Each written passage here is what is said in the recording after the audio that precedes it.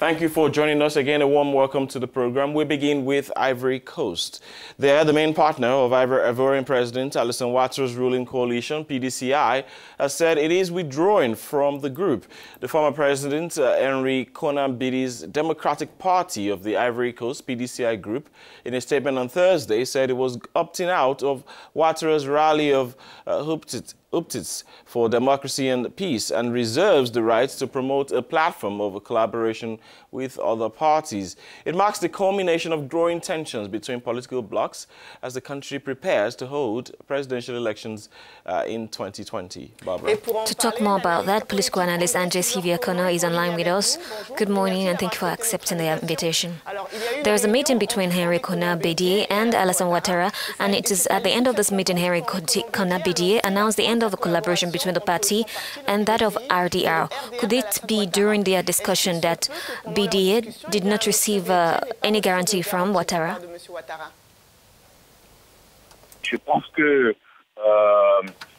I think yesterday's meeting was not decisive and that Bedie's decision had already been taken. I can take as proof the fact that Bedie had already scheduled a meeting with the elected representatives and executives of political parties, even though the meeting with Ouattara was scheduled. I suppose it was precisely to announce the break with Ouattara to his elected representatives. I'm convinced that yesterday's meeting was not necessarily decisive.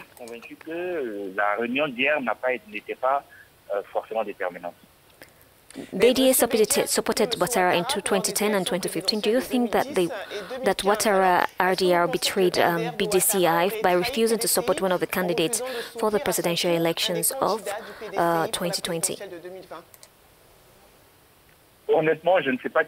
Honestly, I don't know who betrayed who, because treason would be on what basis?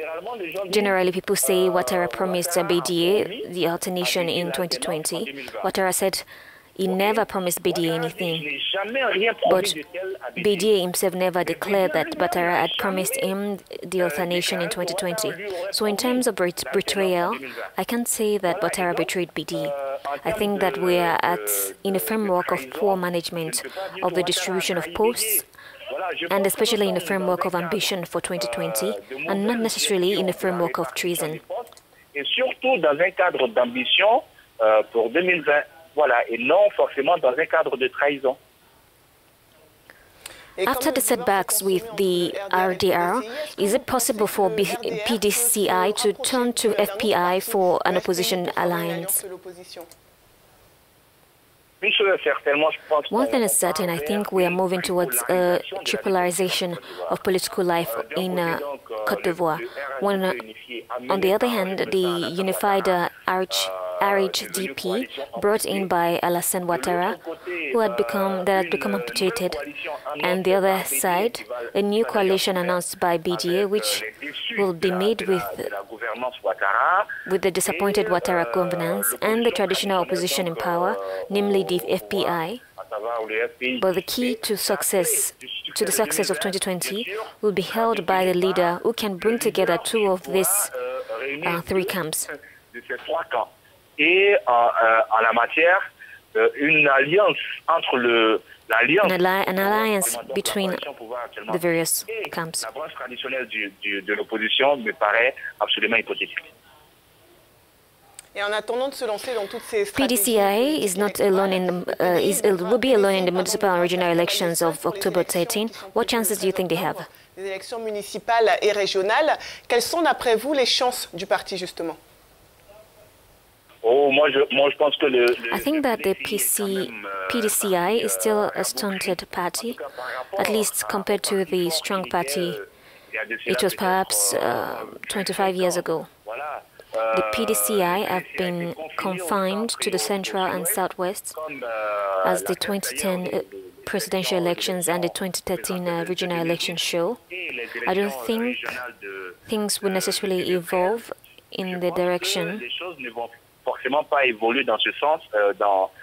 in the direction of the PDCI, des voix would win votes in the north or in the west. Dans l'Ouest montagneux.